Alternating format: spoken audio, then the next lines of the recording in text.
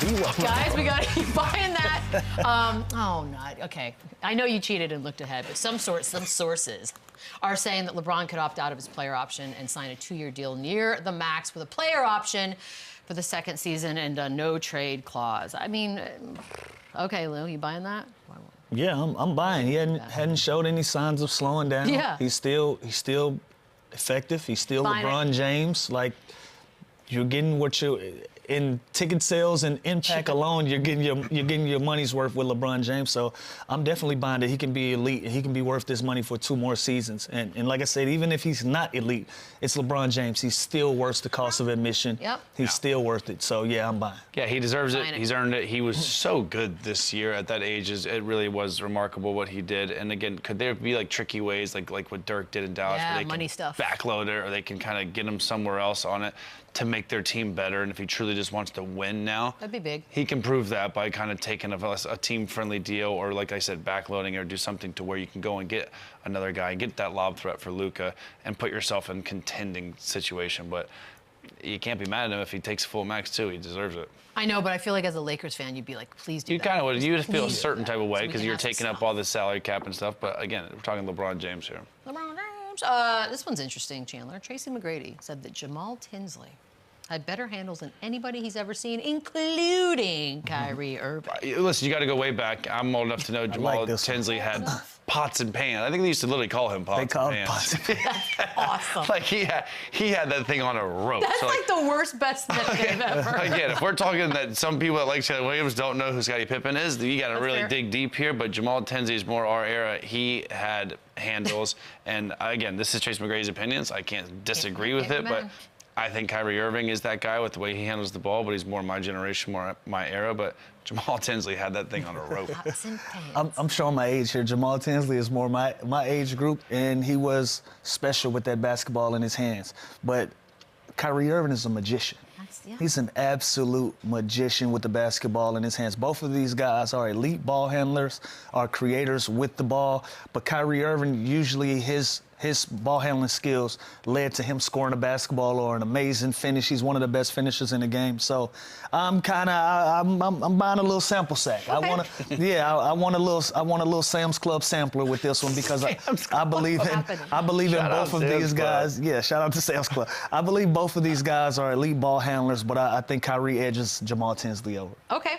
Pots and pans. Pots and pans. Lou, you're up first on the next one. Carmelo Anthony responded to Michael Beasley's challenge to play a little one-on-one, saying, I'm not losing a one-on-one game, bro. I've never lost one-on-one. Wow, you buying that he's never lost? I am buying. Never lost. Do we forget Carmelo Anthony is the absolute most elite one-on-one ISO player that we... But there wasn't even like a day where he was off. Like a day after practice, he didn't lose one game. I feel good. Same. Listen, obviously, when Kyan is probably beating him before. His son is probably beating him in one-on-one before. But we understand the point that he's trying to get across here. When it gets real, when there's an actual one-on-one and we're lacing up, nobody's beating me in one-on-one. Carmelo Anthony is going to go down in history as one of the best one-on-one players in the league's history. He said it himself. Listen, I got in trouble and I got criticized in my career for playing one-on-one basketball. I am the best one-on-one player ever. So if there's anybody that's going to go out there and I can believe this and believe this quote and can go toe-to-toe with Michael Beasley in a street ball, 101, one of those type of environments, it's going to be Melo. So I'm buying. Yeah, Melo was a bucket with his size and the way his mid-range, the way he could fade, the way he can give you that little bump and be able to shoot over you with just his height. He is one of the greatest one-on-one players of all time. Like Lou said, he used to get knocked for playing too much ISO ball. So when you talk about a guy like that who's a first ballot Hall of Famer, what he did to the basketball on the offensive end, it's hard not to believe or to take him against anybody. You think he'll do it? No, he can't do it now. No, you don't do it now. He's With your not age, no, don't do it. Listen, we keep talking about levels.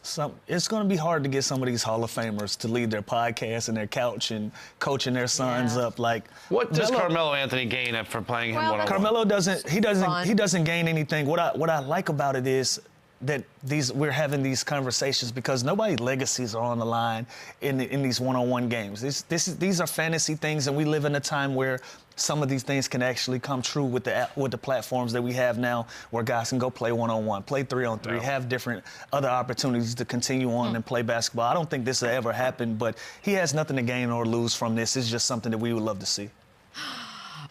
Chandler, Magic Johnson, ooh, it's going to be a good one, said that the Knicks lost their swagger when they traded Dante DiVincenzo. Are you buying that? We're not going to put a picture of Dante. Did he tweet it? Rude. No, I'm not buying that. And I love Dante DiVincenzo. I think he's a great player. I think he kind of embodied his role there. He was a fan favorite, everything he did. Absolutely. I just can't blame that he's the reason of the Knicks Something losing did to change the a little Pacers. bit. I think no. To answer the question, no, I don't think Dante DiVincenzo is the reason. I think this team is good. I think they are primed to win. I think they have a really good starting five, and I think they will figure it out. But no, I don't think losing Dante is the exact reason. I don't know if they'll figure it out. I feel like something just changed. Yeah, not buying Magic. Changed. Not buying Magic. That was a hot take, but yeah, I'm not buying. They lost to the team that's still playing basketball. That's not a loss of swagger to me. They could have played better, but every team that's sitting at home and on vacation could have played better. That's fair. But they did their thing, and they lost to the Indiana Pacers, who, you know, have a Game 6 coming up in a couple of days from here on out. I don't look at that as the failure that we've deemed it to be now that the season has gone on and on. So no, I'm not buying. I like the shout out. I love that Magic's just a huge Dante DiVincenzo I love it. fan. Right. I love it for all of us. Taking a quick break. More Run It Back on the other side. All the people you love. Run it up, run it back, run it up.